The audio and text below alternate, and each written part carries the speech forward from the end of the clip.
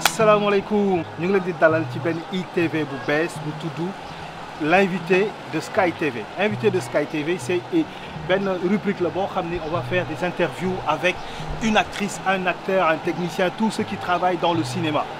Donc tey dañoo am l'honneur de recevoir à l'actu cinéma, c'est-à-dire l'invité de Sky TV, Jalika, de son vrai nom Ndiaye Siré Ba, qui est une actrice qu'on a déjà connue, qu'on connaît déjà et qui fait un très bon boulot. dañ koy invité ci cadre bi ngeen gis nii mooy le Grand Café situé à Cité Keur Gorgui, à côté du rond-point. Vous pourrez venir voilà, passer un très agréable moment. C'est un joli cadre, vous verrez par vous-même. Tout de suite, on va recevoir Ndiaye Siré. Bonjour Ndiaye. Bonjour Patrick. Bienvenue à Twin Studio Sky TV, notre chaîne de diffusion. Merci beaucoup. Sur YouTube. Merci pour avoir accepté de répondre à nos questions. Tout le plaisir est mien. Merci. On va rentrer, on va faire ça. D'accord. Allez.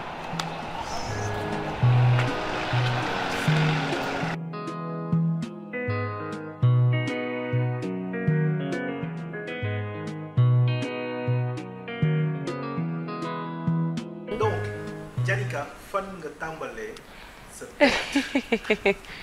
théâtre maa ngi ko commencé ci école yi au primaire ci élèves yi daan am d'abord bu jàngi bu baax am bonne note lañ lay permettre ci activité extrascolaire yi nga bokk ci ay bu ñuy def ay récitation yooyu mais da nga ciy dolli ay gestes def ko comme théâtre daal mais yëfu xale rien de bien sérieux après nag bi ñu demee collège foofu le club yi commencé di def ci foyer yi et tout ci la xaw a gën a sérieux la ñu naan théâtre carrément ñu di yëg sur scène ut ay tenues di def théâtre après nag bi ma demee lycée laa la gën a professionnel ndax ci laa bokkoon au lycée Lamine Gueye mi ngi amoon club d'anglais bi club anglais ba fa laa nekkoon léegi y avait club anglais bi am club littérature ak club espagnol mais bu ci nekk da ngeen di am pour théâtre amaale pour chorale.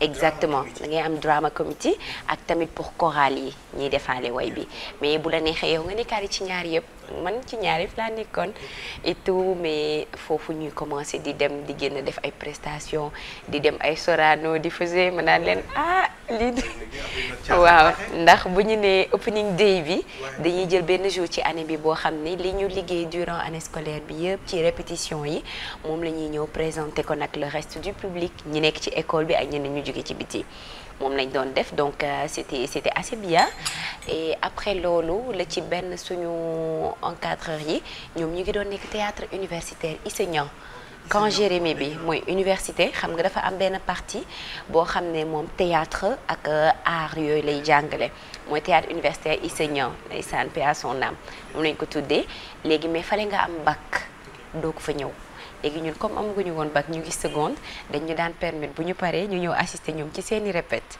xool ndànk-ndànk léegi ñi ci am performance boo amee bac rek ñu mën la récupérer man noonu laa participer ba après ma amee sama bac nekkuma woon foofu maa ngi woon université privée mais mënoon naa di ñëw di def ci répétition yi ñoo ma gën a formé ba sama théâtre gën a taxaw ci répétition yi ci di def ay tableau de théâtre nga xam luy scène vraiment nga tarbi yëpp ko dëgg na c'était compliqué audition balaa ñu laa jël mais après da ngay xam ne am na lu mu liggéey ci sa formation ak yeneen yi ngay def.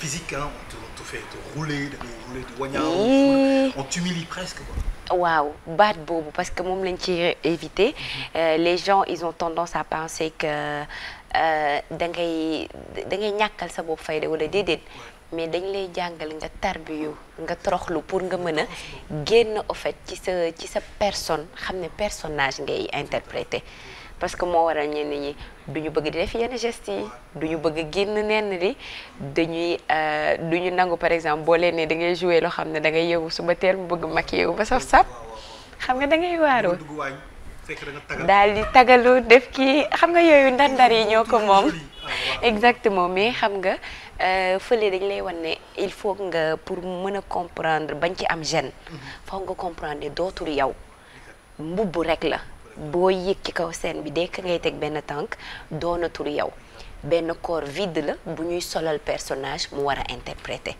donc moo tax dañ lay c'est le terme qu'ils utilisent xamu nu mu koy mën a waxee ci olof mais il te casse vraiment on te casse vraiment sur tous les bords ba nga dem di mer di gedd nga dem ba dara deetu la ci saf au fait ñu mën a xam ne yow noonu sa formation commencé na dañ lay jàngal nga mën muy fecc muy way ak jouer da nee nañ la artiste plein da nga war a polyvalent ci yooyu yëpp ndax yenn pièce de théâtre bu ñuy seetaan waa Sorano dañ daan dem ba si yàgg di fecc démarrer ba si yàgg am partie boo xam ne noonu ay way la ñuy taggaate et tout ñooñu du loolu mooy seen liggéey mais parce que boo waree interpréter lu griot da nga ci war a dem ba fond à fond loolu nag da la koy permettre moo tax formation bu dur la ci théâtre boo ci jaaree rek après am nga benn difficulté boo waree dem ci cinéma ndax c'est beaucoup d'exagération amoo affaire yu bari tu n'as pas l'outil qui te facilite tu es sur scène c'est creux par contre boo demee ci cinéma bi boo bëggee yóbbu loolu intact da ngay def li ñuy ne ça devient tu surjoues. waaw. moo tax da ngay gis booy seetaan benn film. dès que comme li nga wax si tu n'arrives pas à faire la différence boo joué dañu naan kii dafa jaar ci théâtre parce que d'habitude da ngay gis benn comédien de théâtre. buy joué ci même si cinéma il a tendance à parler fort. tout en oubliant qu'il y a un micro qui est là. Parce qu'effectivement, c'est la formation qui fait ça, quoi. Donc, petit jeu, le jeu est plus appuyé que... Exactement. Parce que par exemple, théâtre, un exemple que je donne très souvent, parce que je pense que lolo man moment xawma traumatisé xawma c'est ce qui a fait mon déclic ci théâtre ba tey ba sànq c'est de te mettre sur un espace vide et ne la nga représenter dara benn scène ni la comme toggal ceeb léegi yow nit ñee ngi toog plus de 100 personnes à te regarder là léegi ngay toog di xaar pour ñu indi le fourneau wala gaz qu'on t'amène également la marmite tout ce dont tu as besoin pour nga togg parce que pour yow il te faut tout ça pour que nit ki lay seetaan xam ne day togg ceeb ñu ne la non tu n'as rien de tout ceci mais arrange-toi pour que la personne qui regarde sache que tu es en train de préparer du ceeb et que tu vas pas lui dire man de ceeb lay togg. Genre, il faut savoir le théâtre parler, le théâtre jouer. Léegi, foofu, au fait, c'est là que tu fais appel à ce qu'on appelle ton art, en fait.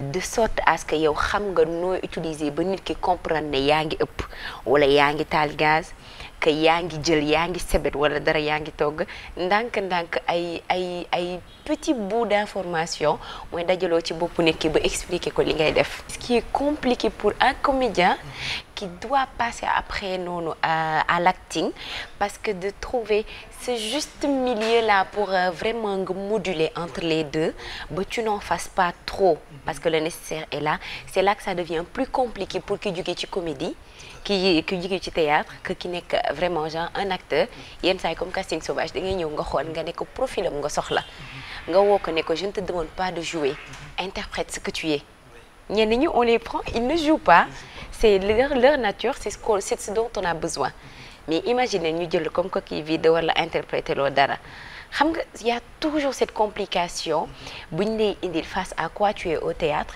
te ci cinéma bi tu as l'aide des effets spéciaux tu as l'aide de la décoration de toute une équipe et on filme après on va faire des montages.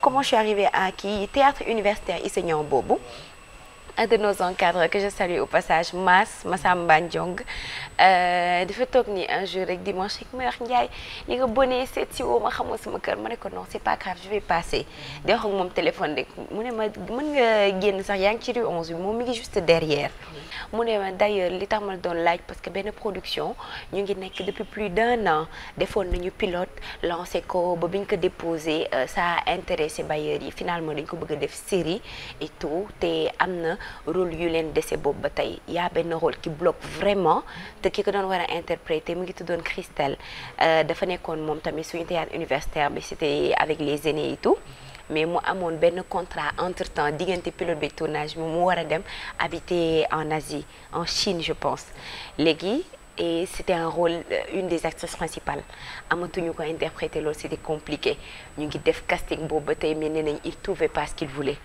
C'était quelqu'un entre le naturel qu'il y a dans le théâtre et également un peu de punch mais du exagéré parce que c'était dans un format de téléfilm cinéma mu wax ma nekk waaw mu ne ma casting mu ko déggee woon Sénégal Pictures la woon ma ree mu ne ma d'ailleurs sax c'était un dimanche mu ne ma là tu fais quoi ma ne ko dara ma doon toog nii ay et tout mu ne ma c'est pas loin comme soriwul ak sama kër mu ne ma c'est juste fii ci corniche bi nañ fa daw vite fait ma présenter la leen expliquer comme ça ils te diront ci semaine bi ban jour ngay ñëw pour bu ñu def seen casting bi ma ne ko si mu ne ma du def sax 10 minutes ñu dem ñëwaat ma woo ma ne ko waa maa ngi ànd ak Papa fi sama ak bi ñu dem ñu ngi ñëw ñu dugg ci taxi bi ànd dem j'ai rencontré tonton Moussa Sène Afsa tonton Moussa Sène Afsa ak Fabakary Assim Bikoli tonton Moussa Sène que je connaissais du nom Fabakary je venais de rencontrer c'était les 2 grands réals de C'est la vie saison 1 ñu xool ma wax ni waaw ok ils m'ont donné le script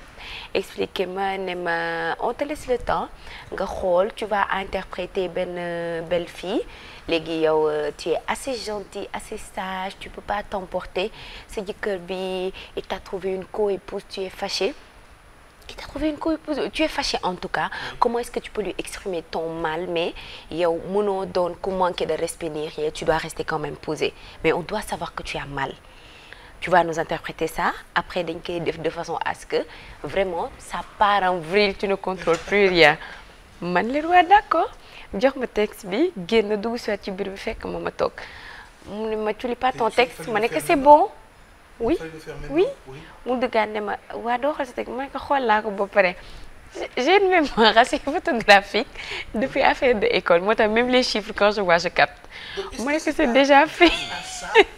Est-ce que moi, tu sais, j'allais te poser la question, je vais le faire maintenant. C'est-à-dire, yow, lorsque tu joues C'est la vie, les textes, moi je sais que C'est la vie, c'est des textes kilométriques. J'ai joué dans Renaissance, à quoi qui est production. Les meilleurs textes, ils font ça à la française. C'est-à-dire, texte, oui, ni copine, non, qu'on y réciter. C'est-à-dire, tu ne lâches pas, tu ne changes pas. Il n'y a pas de je vais au marché, je me rends au marché. Non, je vais au marché. te Renaissance sax li ñu amoon noonu ci flexibilité sax benn mage bi C'est la vie amu ko C'est la vie pour un tout petit mot mën na tax ñu changer loola. C'est ndànk-ndànk avec les autres saisons parce que c'est comme tu dis c'est une grande prod.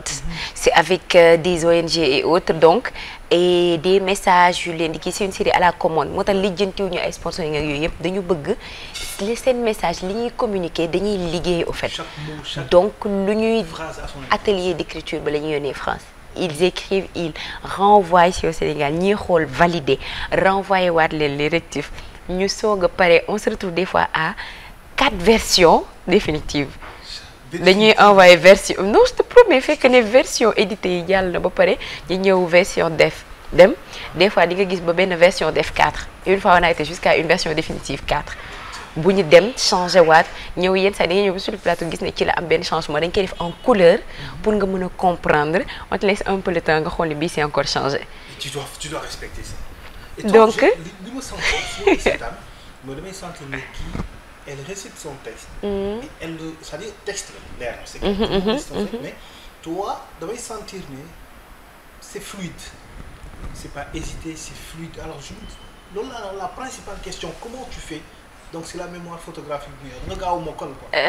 Voilà en quelque sorte on peut dire te ku ci nekk au fait ndax même des élèves da ngay am sa façon booy jàngee.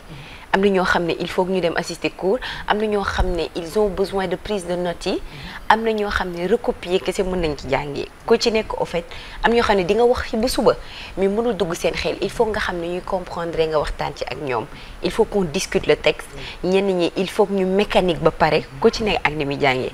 Une actrice peut arriver à un niveau de sa carrière où elle dit ou bien acteur sax dem ba toll ci benn carrière 30 ans de carrière ne man du ma def casting.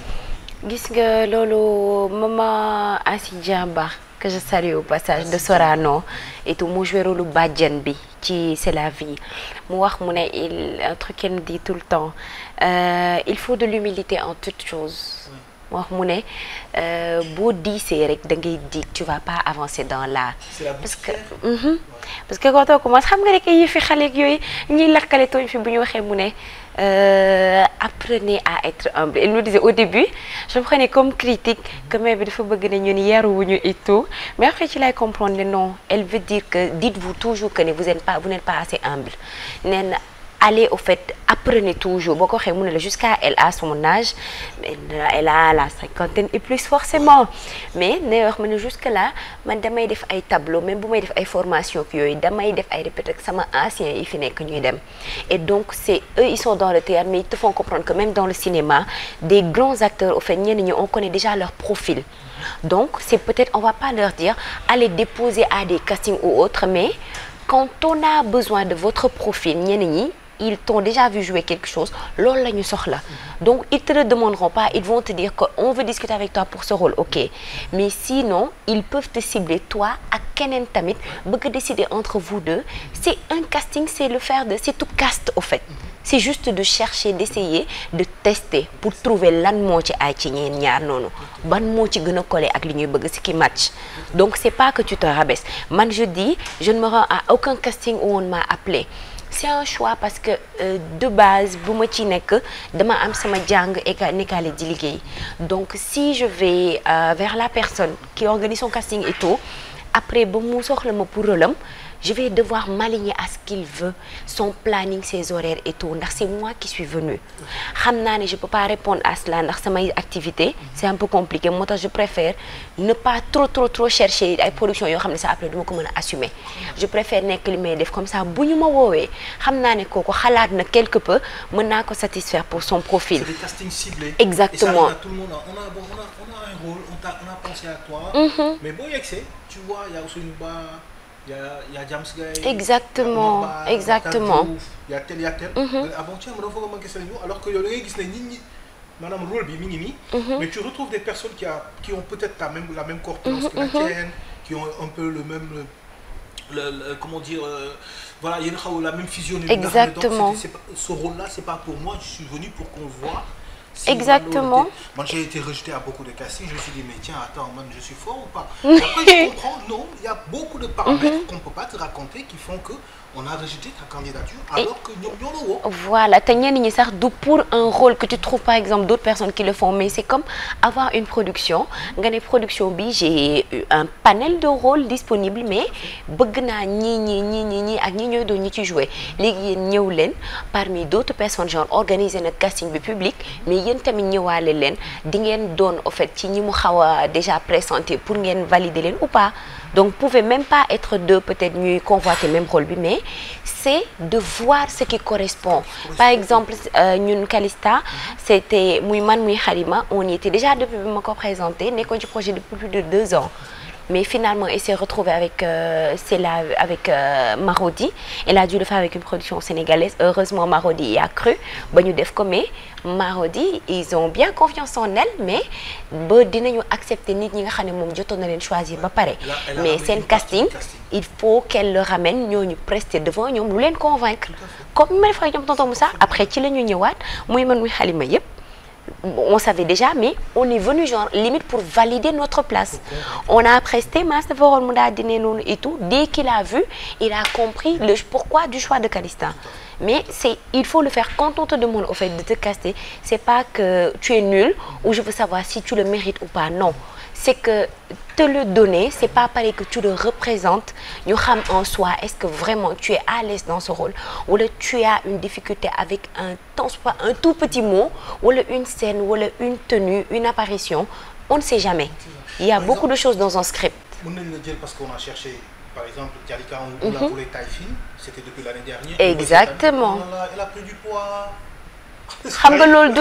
Pour les blancs par exemple ñooñu day jaral benn production bu ñuy formé ci ay 1 an daal di fay nit ki acteur bi moom la ñu bëgg ci son profil wala qualité de jeu mais que là ce qu'il a comme physionomie ne correspond pas au personnage mais que lui comment il joue c'est ce qu'on veut ñu taxaw ci 1 an tel la ay coach préparé la def loola ay régime wala jël loolu poids wala perte loolu poids saxal loola karaw bu la ay barbe wala yooyu wala te faire raser le crâne et tout. Mais c'est des gens qui avec les moyens et tout, ils peuvent se le permettre.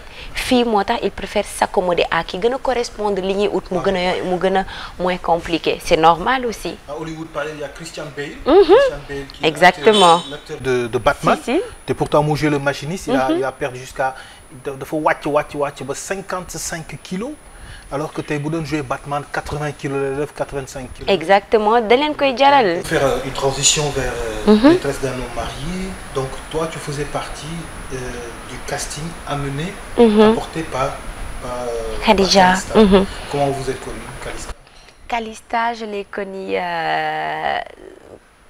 4 ans avant Maîtresse, 4-5 ans avant, de par kii Halima pour bi ñuy war a def premier projet bi noonu de Maîtresse. C'était même pas ça le nom, même affaire yi on a accommodé beaucoup de choses, le concept, mais c'était ci la ñu présenté woon parce que daf xaritam la woon mu demandé ko projet bi.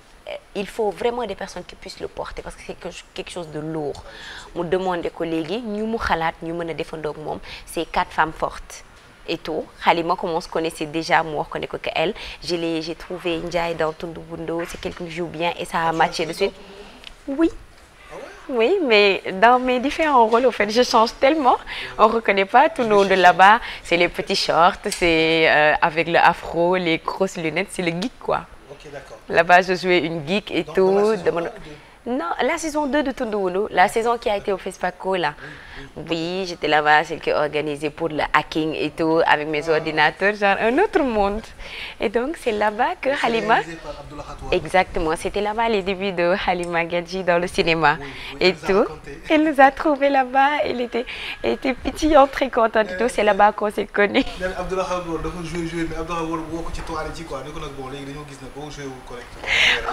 Ouais, et tout. Parce que Bobo, elle se laissait un peu abattre à faire de questions de Begby et autres, comme quoi que elle faisait dans sa tête que moi, je ne gagner. Lorsqu'on l'a menacé de mort, bu fa yegsee kii Khadija yooyu lay def nee na noonu kooka laay def da ngay dox ci condition benn kooka daal sa bopp bi nga dee nanga bañ a jouer li ma la wax Abdourahmane c'est ce qu'il fait et ça te permet. Elle est venue c'est passé crème mu ne ko yoo xam nga dag ñu yàpp mais c'est que on s'est vu on s'est rencontrés même pas trop sur le plateau mais c'est là-bas qu'on s'est connus, ça a matché et depuis on est des amis. Et ci noonu tamit bi ka Khadija di wax mu ne ko vraiment les personnes yu mën a suggérer fii elle a cherché moi avec Janaï et autres ñu tase woon fa xool ba taxaw pour le projet mais après ñu ne dina seet maison de production bu koy mën a defal et de base c'était un projet pour l'étranger. Après mais 2 ba 3 ans derrière def nañ 3 ramadans c'était weeru koor sax noonu et tout mënul gis ba finalement mu ne elle va devoir le faire avec une prod du pays et tout au moins pour un début ndax man ma ko waxoon ma ne ko vraiment j'éviterais que ce soit une prod du pays parce que je suis pas timide mais même pas pour loolu. On a du mal à faire la part des choses au Sénégal entre une personne et un personnage. Ma ne ko tey man j'aime bien mon petit cercle à moi Katimini donc boo fi exposé daf may gën a sonal et tout ragal naa ne duma ko mën a assumer moo tax je veux pas encore entrer dans les prods du pays au moins su fekkee yenn saa nit ki tombé TV5 ou pas wala Canal ou pas xam nga du leer. Mais fii tu voulais faire ton cinéma en cachette quoi. ci côté ndànk mu ne ko ndax c'est juste une passion que je fais. Mais ça a commencé à prendre le dessus. ñeme ma woon mu wax ma ne je vais pas vous raconter de sottises. 3 ans après finalement j'ai trouvé une production mais c'est sénégalaise. On va devoir au moins faire ici la saison 1. Non c'est comme si ma vie qui est tombée sous mes yeux ma bëgg sama bët yëpp mu ne man je vous fais confiance je sais que vous pouvez l'assumer un moment ou à un autre mu ne ma même canal léegi Sénégal ñëpp am na ko may ñu suñu jàmm dañu di gis nañ la xàmmee mais tu pourras y faire face on va pas vous laisser comme ça encadré lii moo ma tax a am fitu nangu production sénégalaise. Billaahi parce que doo ma mën a am sama dund comme ni ma ko bëggee sa jàmm bi oui et déjà ma famille ne veut pas. Que ce soit ma mère comme mon père et tout, c'est à un moment quand j'ai insisté, ils ont accepté de par ma tante qui lui a dit que c'est ce qu'elle veut et elle s'amuse bien avec, mais elle est quand même posée, elle sait ce qu'elle veut de sa vie. Encadrer ko nga bàyyi ko mu def ko quand même, parce que c'est quelqu'un de fort caractère que attan na jéem ko laaxatu derrière te moo tax ma doon insister ku nekk wax ak sama yaay parce que doo dëgër bopp tamit. Il fallait, c'est-à-dire yow dafa dem. Donc, jusqu'à présent, tes parents ne veulent pas... Non, ça me parle jusqu'à hier, on s'est parlé et tout. Bon, oui, j'ai eu tonton son petit frère, m'a dit que votre truc là, ça avance bien et que quand même, tu joues une femme assez posée, assez de bonne famille et tout. c'est bien. N'oublie pas, en tout cas, tu fais partie d'une bonne famille.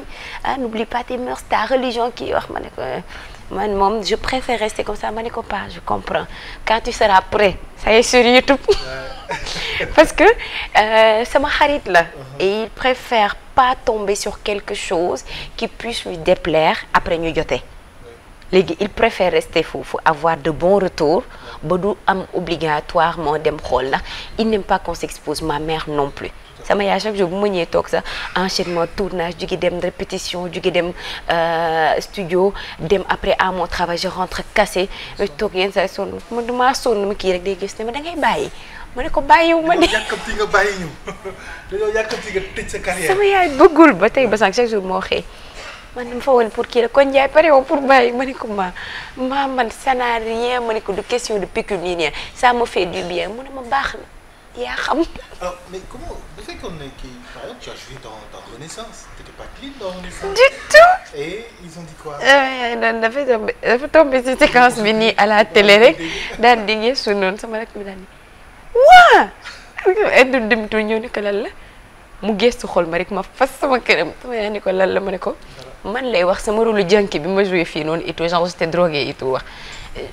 je joue cash je dis les choses telles quelles parce que quand tu booy jéem a nëbb après mooy wane ne comme si sax da nga def lu bon loolu sama yaay ne ah yooyu la dese léegi yooyu la dese léegi ma ne ko déedéet ma mu ngi nii dama koy indi sax nga xool ma ne ko ñu ngi nii jéem a piqué wu parce que c'est une manière de sensibiliser étudiantes yi wax leen ne ñenn ñi bu ñu jël affaire de drogue maa mënuñu tere nit ñi drogue te wanuñu leen ni ñuy jëlee drogue il faut que tamit nga comprendre rek yooyu. Ndiaye baax na romb ma dem yoonam mu wax ci je sais que ça lui a pas plu mais après wax na ma ko quand même mu ne ma oui je sais pour yooyu yëpp gaa mënul ñàkk mais da leen di moytu jaru ko daal jaru ko ma ko ma ne ko léegi kan moo koy choisir mu ne ma ah yow yaay daal mère Teresa bi engagé pour loolu yëpp nga war a joxe man préserve-moi ils veulent pas au fait donc je peux pas me permettre d'autant man me exposer ba pare forcer waale aussi la vie de ma famille alors qu'ils veulent pas. moo tax j'ai fait en sorte de départager ma vie privée du cinéma. Tout à fait. Que je ne lie rien à ma famille, je ne lie rien également à même mes amis et autres. C'est exprès.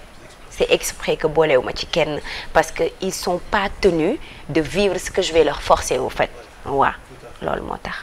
Alors est-ce que ça veut dire que tey Ndiaye Siré est regardant sur les rôles qu'on lui propose, on prend pas tout.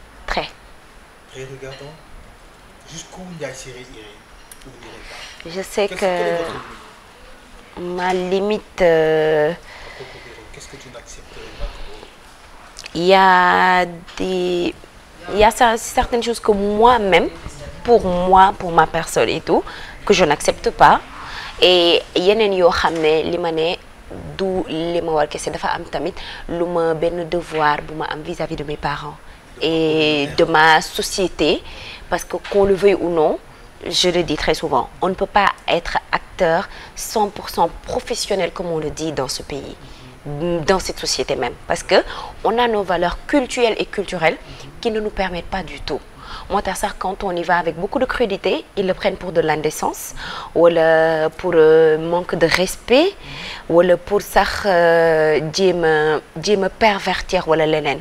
Quand tu veux montrer le mal pour dire de ne pas le faire, il faut que tu pervertis à la limite. Parce que quelquefois, il faut qu'on le dise. Ce n'est que la réalité qu'on retransmet. Et il faut que quelqu'un ose montrer ce qui se fait pour que nous ayons... Ah donc, ça existe dans la société. Mais ça permet de savoir comment est-ce que l'éviter. Et ce qu'on ne peut vraiment pas proscrire, moi, ma façon de voir, ce que nous pouvons encadrer, parce que il y a plus de problèmes. C'est ma manière de voir. Donc, l'ol moral pour des rôles, il y a certaines choses que moi je n'accepte pas. Il y a des tenues, par exemple, moi que je n'accepte même pas porter.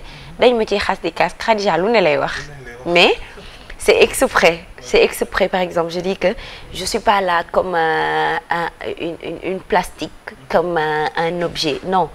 Je suis une coquille vide qui porte un boubou, une tenue, un personnage et tout. Mais quand même, il y a d'autres choses, c'est à moi. Il y a certains aspects que les personnes préfèrent mettre en avant à la télé. Moi, je ne veux pas. Parce que ça attire plus l'attention que ton jeu ou le message que tu veux faire véhiculer. C'est exprès. chez un styliste mu am vitrine y a des mannequins en plastique. mais da ngay gis bu ko solo lay yëre bu simulee yëre bi le temps muy ñëwaat beneen day jël benn drap benn tissu muur ko. Exactement, exactement. Ça veut dire que même avec l'objet plastique, il y a des limites.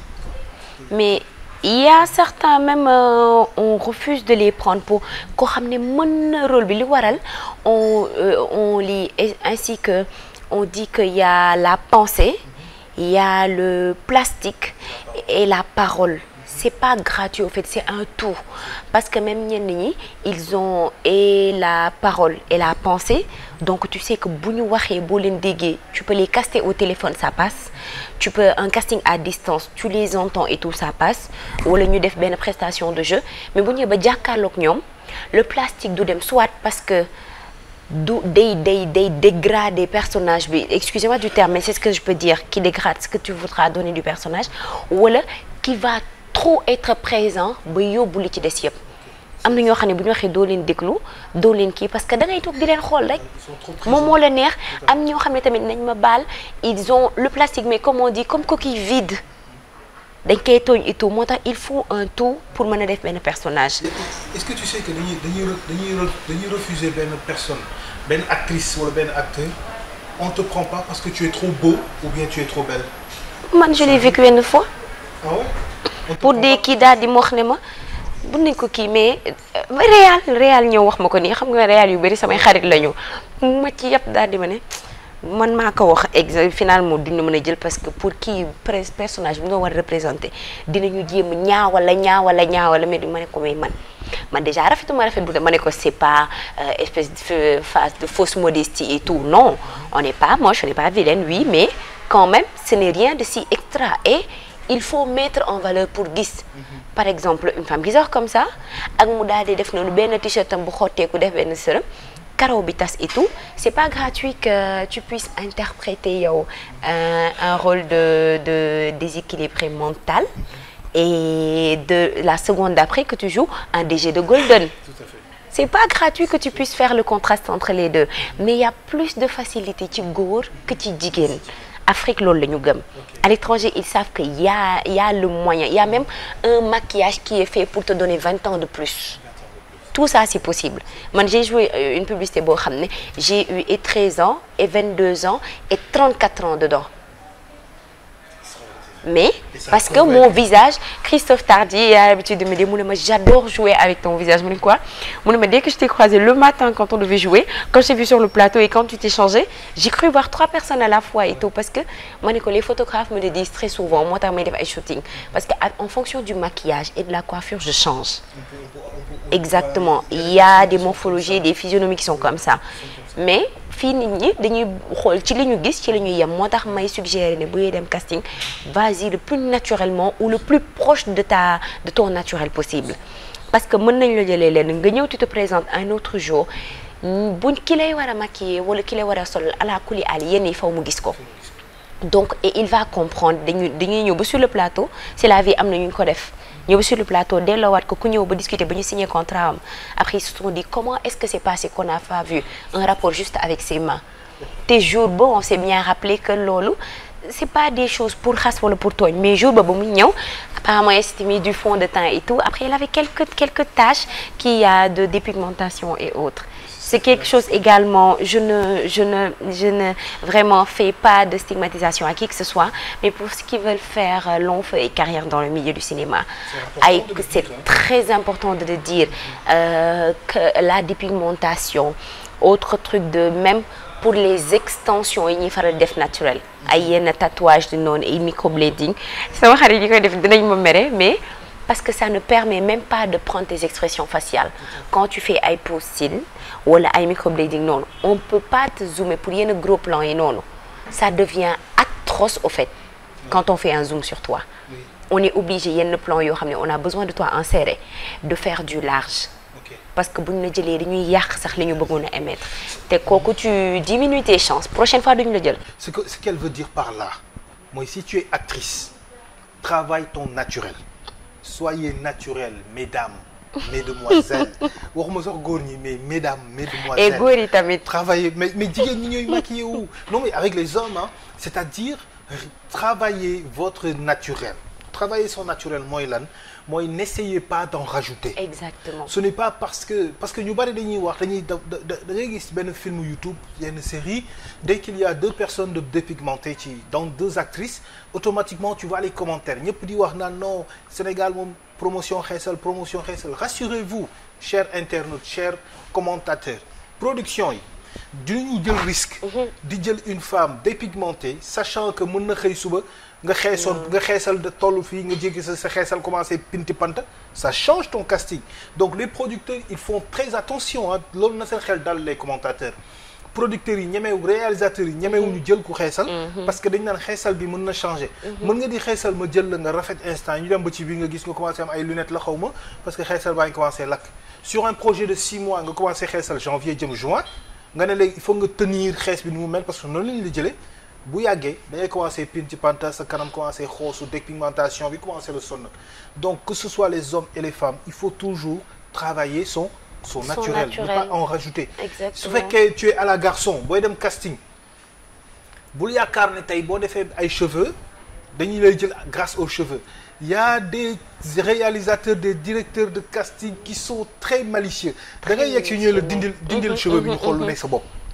te yenn saa yi tu te fais perdre tes chances parce que cheveux bi nga indi on avait besoin de aspect cette femme compatible par exemple une Lupita Nyong'o. Ouais. sa noirceur boobu yow Sénégalais bi di jàpp ne gisoo boo waxee ñun tubaab yi li ñu bëgg ñu ñuul ñu ñaaw ñooñu mais c'est ça en fait l'authenticité de la noirceur même boobu mooy bi ñu soxla ci moom yow tu as perdu tes chances juste parce que tu es venue avec des cheveux et que tu es venue très belle. Ouais. On avait besoin de toi. Femme bu cette nudité de la femme pas nudité je veux dire sa nature en soi mooy li ñu soxla woon tu en as fait trop tax na ba ñu ne ah non elle va faire trop sophistiquée pour le rôle wala elle va faire trop kii tu as perdu tes chances rien que pour loolu. Exactement. du question ki xees ak ku ñuul le problème mooy la dépigmentation xeesal bi moytu leen ko le plus possible parce que c'est pas quelque chose qui va te dalay bousiller ta carrière. Exactement mu nga dem ba ci biir sax scénariste bi réalisateur bi gis na kii xeesalam bi sonal nañu quoi bon nañu ko rey. dañ lay rey nga léegi voyage bi sax ils sont tellement sadiques maintenant. bu njëkk a voyage sans retour.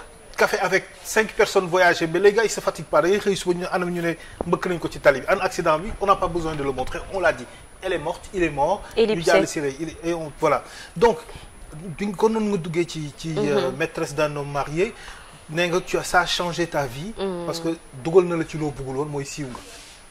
waaw boo ko waxee ñenn ñi dañu foog ne c'est de l'hypocrisie. wala tu fais genre. c'est paradoxal tu es c'est d'accord. paradoxal je suis bien d'accord parce que ma ne la déjà loolu moo tax mu forcé mu ne ma